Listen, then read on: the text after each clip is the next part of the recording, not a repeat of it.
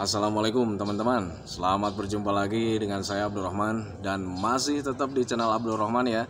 Dan masih tetap juga mengupas tentang seputaran asam lambung dan anestesi psikosomatis. Nah, di season kali ini karena memang banyak sekali yang bertanya tentang Pak bagaimana cara menghilangkan kelayangan, Pak bagaimana ini cara menghilangkan sakit kepala. Kadang ada juga yang merasakan dua-duanya gitu teman-teman ya. Ada kelayangannya ada, kemudian sakit kepalanya juga ada. Nah itu teman-teman, jadi di season kali ini saya akan menjelaskan tentang kelayangan dan sakit kepala gitu teman-teman ya. Nah, bagi teman-teman yang baru bergabung, seperti biasa ya, kalau seandainya kalian mau bertanya tentang seputaran asam lambung dan anestesi psikosomatis, alangkah baiknya kalian tonton dulu video-video saya yang sebelumnya. Karena untuk seputaran asam lambung dan anestesi psikosomatis sudah saya share semuanya gitu teman-teman ya. Dan untuk kayak macam penjelasan sekarang juga untuk masalah kelayangan kemudian sakit kepala juga, itu sebetulnya sudah saya share ya di video-video sebelumnya. Makanya bagi teman-teman yang ingin bertanya tentang seputaran asam lambung dan anestesi psikosomatis, alangkah baiknya kalian tonton dulu video-video sebelumnya biar kalian itu lebih jelas, kemudian lebih detail, dan kemudian videonya itu tidak berulang-ulang. Nah itu teman-teman ya. Nah bagi teman-teman yang baru bergabung juga, dimohon ya videonya itu di subscribe dulu, karena untuk subscribe itu tidak memerlukan biaya, tidak memerlukan pendaftaran. Jadi subscribe itu adalah hal yang sangat mudah sekali bagi teman-teman lakukan ya. Jadi teman-teman itu cukup memijit saja tulisan yang warna merah, tulisan subscribe. Biar kenapa? Jujur ya, biar videonya itu cepat berkembang dengan baik. Dan kalau seandainya videonya itu berkembang dengan baik, sudah barang tentu itu akan menambah semangat tersendiri buat saya untuk terus nge-share tentang seputaran asam lambung dan anestesi psikosomatis ini terhadap kalian gitu teman-teman ya. Dan kemudian jangan lupa juga yang lebih pentingnya, tekan juga tombol lonceng sama tombol like-nya ya, biar kalian itu dapat notifikasi atau pemberitahuan video saya yang terbaru. Karena saya itu akan terus nge-share tentang seputaran asam lambung dan anestesi psikosomatis ini terhadap kalian, dengan tujuan semoga saja videonya itu menjadi wasilah buat kalian atau jalan keluar buat kalian yang sedang mengalami gangguan asam lambung dan anestesi psikosomatis hingga membaik ya, apalagi sampai sembuh total. Amin ya rabbal alamin. Ya minimal hanya memberikan motivasi saja, atau lebih minimalnya lagi hanya sekedar menemani kalian yang sedang merasakan tidak nyamannya dari gangguan asam lambung dan anestesi psikosomatis. Nah itu teman-teman ya. Nah kembali lagi ke topik utama teman-teman ya. Kalau seandainya kita membicarakan tentang kelayangan dan sakit kepala, itu memang sangat sangat tidak nyaman sebetulnya ya ketika kita menghadapi hal seperti itu. Nah itu memang harus kita hindari ya. Nah cara menghindarinya seperti apa, cara menanganinya juga seperti apa. Nah sebelum kita tangani kelayangan, kemudian kita tangani sakit kepala, kita harus tahu dulu penyebabnya teman-teman ya. Karena kalau misalnya kita sudah tahu penyebabnya, kalian tidak akan berpikir, waduh ini harus ke dokter, waduh ini harus pakai obat apa, waduh ini harus pakai herbal apa gitu teman-teman ya. Karena untuk dampak dari gangguan asam lambung dan anestesi psikosomatis itu sangat banyak. Kemudian itu sebetulnya gangguan biasa saja yang bisa kita tangani dengan sangat sederhana. Tetapi gangguan yang sangat sederhana ini akan terasa akan terasa berat bagi kita. Soalnya kitanya itu psikisnya terganggu. Kenapa seperti itu? Bukan psikis kita terganggu menjadi gila, tidak teman-teman ya. Tetapi psikis kita terganggu itu karena kita sudah salah berpikir. Jadi berpikirnya itu ketika ada sensasi kelayangan, ketika ada sensasi sakit kepala, kita itu selalu berandai-andai, kemudian menerka-nerka sendiri gitu teman-teman ya. Sudah tahu kalian itu divonis sama dokter itu asam lambung dan anestesi psikosomatis atau dispepsia atau gastritis, tetapi kalian masih penasaran juga cari-cari informasi di Google gitu teman-teman. Ya, ini kelayangan dari apa gitu ya, sakit kepala dari apa, sudah tahu itu dampaknya. Nah itu teman-teman ya. Nah ketika kalian mengalami hal seperti itu, tangani dengan mudah. Dan biar bisa kita menangani dengan mudah, kita harus kenali dulu penyebabnya apa gitu teman-teman ya. Nah biasanya penyebab kelayangan itu bisa karena ada dua faktor teman-teman ya. Ada dua penyebab gitu teman-teman ya. Kalau kelayangan saja itu bisa karena kita itu kekurangan gizi teman-teman ya. Berpikirlah secara logika gitu teman-teman ya. Orang yang kekurangan gizi, orang yang kekurangan energi itu pasti sudah pasti ya akan lemas teman-teman ya. Dan kalau lemas itu sudah pasti rasanya itu kayak kelayangan gitu kan ya. Kayak kelayangan, kayak macam oleng. Sebetulnya itu kalian itu sedang kekurangan gizi, kekurangan energi. Jadi kebutuhan untuk tubuh kita itu seluruhnya itu tidak terpenuhi. wajar. Karena kenapa? Karena pencernaan kalian sedang terganggu. Nah itu teman-teman ya, itu yang pertama ya, bisa karena kekurangan energi atau kekurangan vitamin atau kekurangan protein. Pokoknya intinya nilai kebaikan untuk tubuh kita itu masih tidak terpenuhi. Itu yang ke satu. Nah kemudian yang kedua, itu bisa disebabkan karena stres sendiri ya.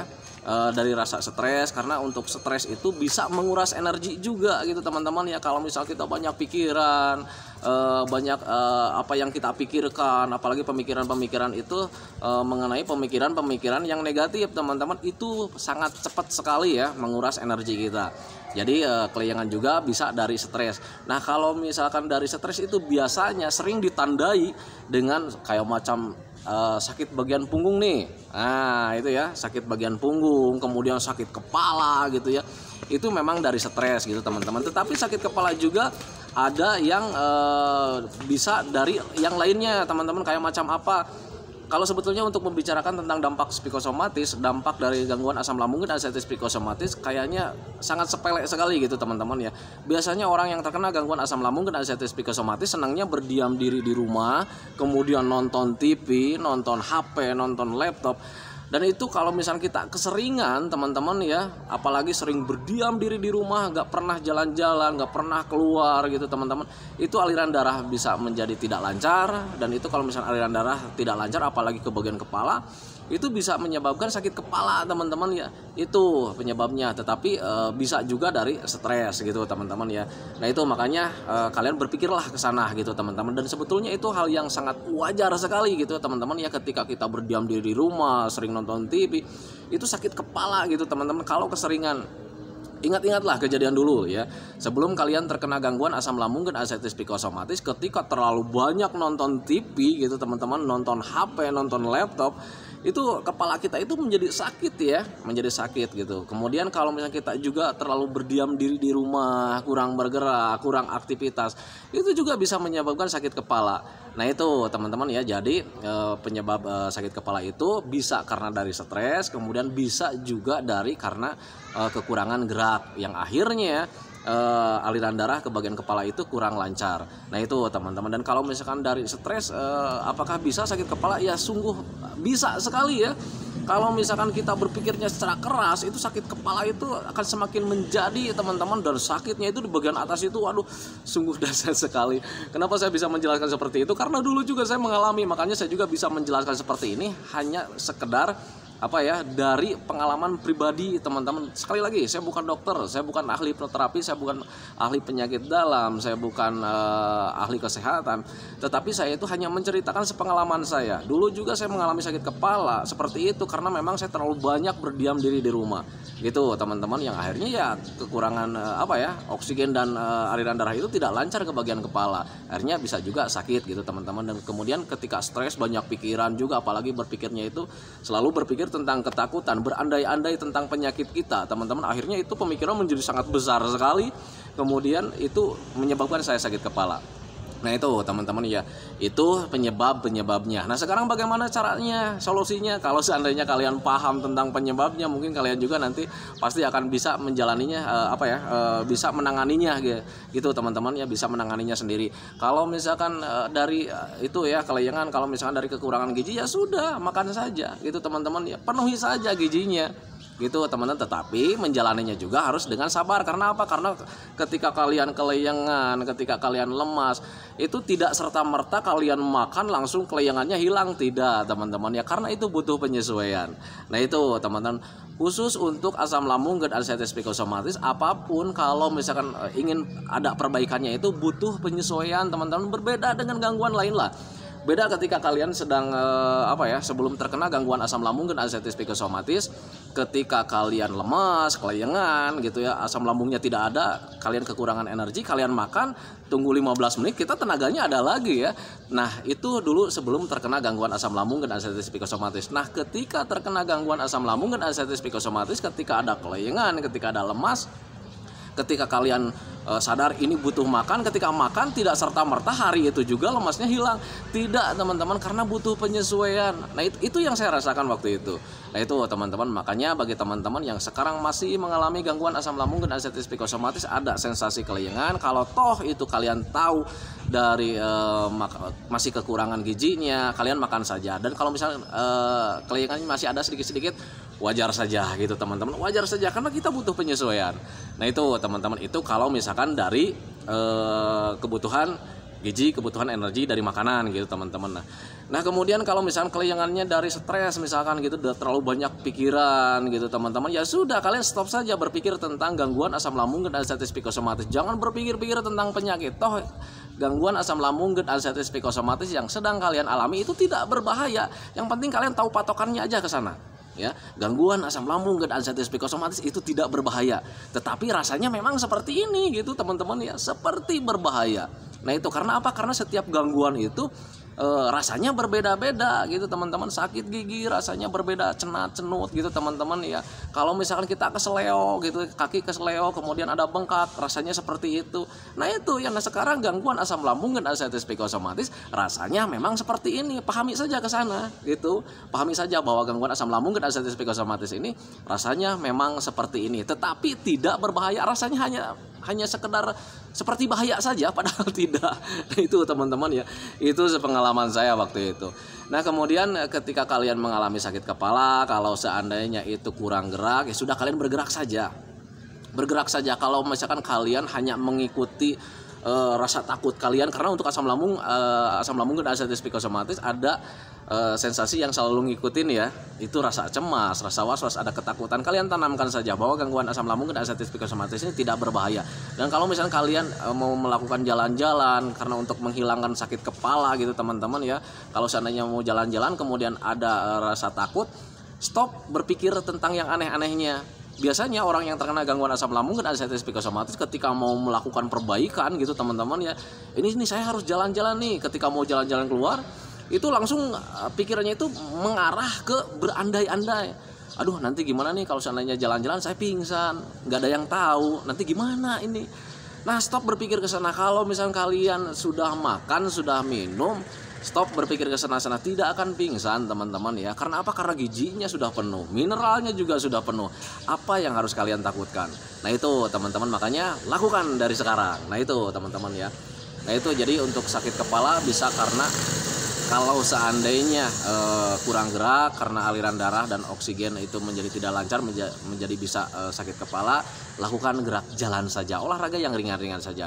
Dan kemudian kalau misalkan dari stres, stop berpikir tentang yang aneh-anehnya ya, berandai-andainya gitu ya, mengira-ngiranya. Stoplah berpikir seperti itu, karena untuk gangguan asam lambung dan anxiety psikosomatis ini tidak seperti apa yang kalian pikirkan gitu teman-teman ya. Karena kalian berpikirnya kan, waduh ini asam lambung nih bahaya nih, bakal begini-begini nih, nanti seandainya kalau saya begini nanti gimana. Hindari pemikiran seperti itu, hindari pertanyaan-pertanyaan yang membuat kalian itu terpuruk lagi. Nah itu teman-teman ya, dengan catatan yakinkan kalau gangguan asam lambung dan anxiety psikosomatis ini tidak berbahaya sama sekali, karena memang tidak berbahaya. Ini butuh metode, ini butuh latihan, ini butuh semangat kita yang tinggi, ini butuh kesabaran yang tinggi. Karena apa butuh kesabaran? Karena memang semuanya itu butuh penyesuaian. Nah itu teman-teman, yang jelas kalian harus sabar, harus semangat gitu teman-teman, karena untuk gangguan asam lambung dan anxiety psikosomatis ini bakalan sembuh kalau seandainya kita sabar gitu teman-teman ya, dan kemudian mempunyai tekad yang tinggi gitu teman-teman ya. Kalau misalkan kalian terkena gangguan asam lambung dan anxiety psikosomatis tidak mempunyai rasa sabar, nanti kalian itu akan mempunyai kekecewaan tersendirilah dalam hati gitu teman-teman ya. Jadi akhirnya larinya nanti kalian meratapi nasib gitu teman-teman. Aduh ini kok saya begini, nggak kayak orang lain nih, jalan-jalan ketawa-ketawa gitu ya. Nah itu ya, makanya stop berpikir ke sana, stop berandai-andai, stop berpikir tentang hal yang aneh-aneh. Gangguan asam lambung dan anxiety psikosomatis ini tidak berbahaya. Butuh latihan, butuh penyesuaian, butuh tekad yang kuat. Dan kemudian untuk penunjangnya kalian harus menjaga 3P-nya teman-teman ya. Apa itu 3P? Sudah saya jelaskan video-video sebelumnya. 3P itu pola makannya tetap dijaga gitu teman-teman ya. Pola makannya dijaga, dari mulai jam makannya dijaga. Kemudian jenis makanannya juga dijaga. Nah jenis makanan itu yang seperti apa? Yang pertama yang aman. Yang aman itu yang seperti apa? Yang mudah dicerna, kemudian tidak ada efek sampingnya. Banyak sekali, udah saya jelaskan di video-video sebelumnya. Nah kemudian menjaga pola hidupnya. Nah pola hidup itu kayak gimana sih yang harus dijaga itu? Yang pertama istirahat kita harus dijaga teman-teman. Stop dari mulai sekarang itu tidur terlalu larut malam, stop seperti itu ya. Tidurnya kita harus dijaga minimal 8 jam. Kenapa kita harus tidur minimal 8 jam? Karena kalau seandainya sel-sel tubuh kita ada yang rusak, dibetulkannya di malam hari ketika kita sudah istirahat teman-teman ya. Istirahat semuanya, nanti sel tubuh kita itu membetulkannya juga akan lebih sempurna. Dan ketika kita bangun di pagi hari, itu kita udah normal ya, selnya itu udah terbentuk dengan sempurna, yang rusaknya itu sudah dibetulkan dengan sempurna. Bayangkan saja kalau misalnya kita kurang tidur, sel tubuh kita itu mau membetulkan, kitanya tidak istirahat, dia membetulkannya kurang sempurna, besoknya kita pagi itu bangun lagi dan kita pakai lagi. Nah itu teman-teman, makanya berpikir logikanya seperti itu. Makanya saya selalu menyarankan kepada teman-teman itu minimal tidur itu 8 jam dalam satu malam. Nah itu teman-teman. Tetapi Pak gimana nih untuk tidur itu sangat sulit sekali. Memang untuk orang yang terkena gangguan asam lambung dan ascites psikosomatis itu sangat sulit sekali untuk tidur. Kenapa seperti itu? Coba ingat-ingat, ketika kalian hendak tidur, itu pikirannya selalu berjalan terus. Nah itu yang membuat kalian susah tidur. Jadi mata dimerem-meremin juga tetap aja susah tidur. Karena apa? Karena pikirannya terus berjalan gitu teman-teman ya. Membayangkan tentang penyakit gitu teman-teman ya. Membayangkan hal-hal yang bahaya, mengira-ngira kejadian yang akan datang gitu teman-teman ya. Nah itu yang membuat kalian tidak bisa tidur. Nah caranya seperti apa? Kalau misalnya pengen tidur, stop berpikir ke sana ya. Selalu berandai-andai, stop. Yang penting stop berpikirnya, fokus aja ke tidur. Nah cara fokusnya gimana supaya pemikiran itu tidak berjalan? Alihkan dengan dengan wiridan, dengan sholawatan. Saya juga dulu seperti itu teman-teman ya. Di awal-awal sangat sulit sekali. Untuk tidur di jam 8 itu sangat sulit sekali teman-teman ya. Niat kita tidur di jam 8, tidurnya itu nanti jam 1 gitu. Nah itu teman-teman ya, tetapi nggak apa-apa. Biasakan saja mulai dari sekarang jam 8 kita tidur, jam 8 kita tidur. Nanti juga ketika kalian sudah membiasakan, nanti kalian bakalan bisa karena terbiasa. Nah itu teman-teman, jadi ingat, kita itu bakalan bisa karena terbiasa. Nah itu teman-teman, itu sepengalaman saya. Dan kalau seandainya kalian mau mencontoh, silakan saja. Karena hal-hal tersebut itu sangat mujarab sekali buat saya gitu teman-teman. Ketika susah tidur, saya melakukan cara seperti itu sangat mujarab sekali. Dan kemudian saya itu mulai terbiasa tidurnya itu jam 8, jam paling lambat itu saya tidurnya jam 10, setengah 10 itu udah tertidur itu teman-teman. Itu paling lambat gitu, karena saya sudah membiasakan. Dan sampai sekarang juga itu menjadi terbiasa sampai sekarang, kebawa terbiasa sampai sekarang. Nah itu teman-teman ya, itu untuk tidur, untuk pola istirahat. Nah kemudian untuk pola hidupnya itu selain menjaga istirahatnya, selain menjaga tidurnya, kita juga harus menjaga olahraganya teman-teman ya.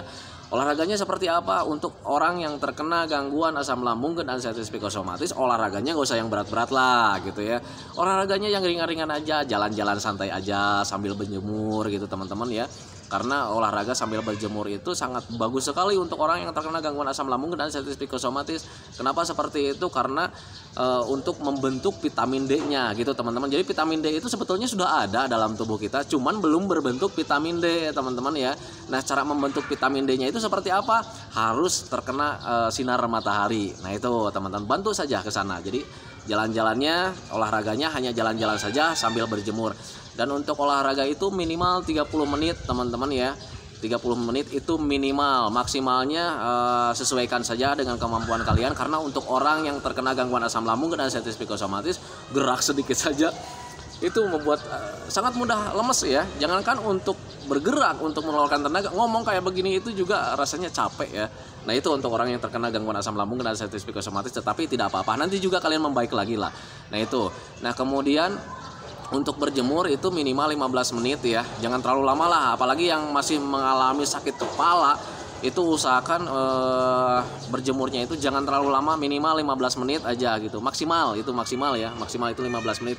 Kenapa maksimal 15 menit? Karena sepengalaman saya ketika ada sakit kepala, kemudian saya itu butuh berjemur. Saya berjemur waktu itu kelebihan berjemur itu sakit kepalanya malah tambah sakit, bukan ya, jadi berbeda. Jadi ada perubahan lah, ada perubahannya itu ke arah menjadi tambah kelayangan, tambah pusing teman-teman ya. Itu pengalaman saya, tetapi itu hal yang sangat wajar sekali sih sebetulnya ya. Orang yang tidak terkena gangguan asam lambung dan anestesi psikosomatis juga kalau seandainya terlalu banyak panas-panasan itu suka pusing kepala ya, dan itu sangat wajar sekali. Makanya ketika terkena gangguan asam lambung dan anestesi psikosomatis, ketika kalian berjemurnya kelamaan suka ada pusing, ya sebetulnya kalian harus tanamkan dalam pikiran kalian itu bahwa itu pengaruh dari berjemur gitu. Soalnya beda kalau misalnya kita tidak ditanamkan dalam pikiran, tidak ditanamkan dalam hati, ketika pusing gara-gara berjemur kita cemas lagi berpikirnya yang lain-lain lagi. Nah itu teman-teman, itu untuk seputaran asam lambung dan anestesi psikosomatis tentang masalah sensasi di bagian kepala. Nah itu teman-teman ya, tentang seputaran asam lambung dan anestesi psikosomatis, tentang kelayangan, kemudian tentang sakit kepala. Kenali saja penyebabnya biar kalian itu mudah mudah menanganinya, karena untuk dampak asam lambung dan anestesi psikosomatis semuanya itu sebetulnya dampak rumahan gitu teman-teman, dan butuh penanganannya juga yang simpel-simpel saja sih sebetulnya. Nggak usah pakai obat, nggak usah pakai herbal, enggak ya. Kalau misalkan ada yang nanya, apa beneran itu nggak pakai obat? Saya itu dari pertama terkena gangguan asam lambung dan anestesi psikosomatis, ketika sudah bosan berobat kemana-mana, saya mencoba tidak memakan obat, tidak mengkonsumsi obat, baik itu obat herbal, baik itu obat dari dokter. Ternyata itu lebih cepat teman-teman ya. Dan kalau misalkan kalian berbeda, mungkin itu pengalaman Anda, tetapi pengalaman saya memang seperti itu ya. Jadi saya tangani asam lambung dan anestesi psikosomatis ini sampai membaik itu tidak memakai obat, tidak memakai herbal, karena waktu itu saya tahu persis keadaan saya itu seperti apa. Jadi akhirnya pure saya menghentikan apapun yang masuk itu non kimia teman-teman ya, non kimia. Kemudian menjaga jenis makanan apapun yang saya konsumsi itu saya jaga biar tidak merusak gitu teman-teman ya. Nah itu teman-teman ya. Nah itu teman-teman video dari saya tentang kelayangan, tentang sakit kepala gitu teman-teman ya. Semoga saja videonya itu menjadi pemahaman buat kalian. Semoga saja videonya itu menjadi tambah pengertian buat kalian, agar kalian itu bisa menangani hal tersebut dengan mudah dan secara logika, kemudian berpikirnya secara wajar. Karena untuk gangguan asam lambung dan anestesi psikosomatis ini penanganannya itu sebetulnya hanya butuh pemahaman saja gitu teman-teman ya. Nah itu, dan kemudian ini teman-teman ya, saya mohon maaf itu di video-video kemarin masih banyak sekali yang bertanya kemudian belum sempat saya jawab. Mohon maaf sekali karena memang akhir-akhir ini pekerjaan saya menumpuk teman-teman ya. Jadi yang video kemarin yang terakhir itu belum sempat saya jawab semuanya. Mohon maaf sekali kalau misalkan teman-teman, waduh ini nih Pak Abdurrahman katanya nggak pernah menjawab. Mohon maaf sekali karena memang saya juga bekerja gitu teman-teman ya. Apalagi sekarang itu mau ujian. Jadi saya banyak sekali pekerjaan yang menumpuk sekali. Jadi mohon maaf sekali. Tetapi saya janji kalau seandainya ada waktu luang akan tetap saya jawab. Cuman mungkin gak terlalu seluruhnya, sekemampuan saya saja gitu teman-teman ya. Mohon maaf. Jadi saya mohon maaf sekali atas keterbatasan saya gitu teman-teman ya. Nah itu teman-teman ya, doa saya bagi teman-teman, semoga saja keadaan kalian yang dulu itu cepat kembali lagi, emosi kalian yang dulu itu cepat kembali lagi, hasrat kalian yang dulu itu cepat kembali lagi, karena saya tahu persis keadaan yang dulu itu sangat dirindukan sekali. Nah itu teman-teman ya, dan doakan saya juga agar saya itu tetap sehat, tetap ceria, tetap kuat, agar masih tetap bisa menemani kalian. Nah itu teman-teman ya, hentikan videonya teman-teman ya. Assalamualaikum warahmatullahi wabarakatuh.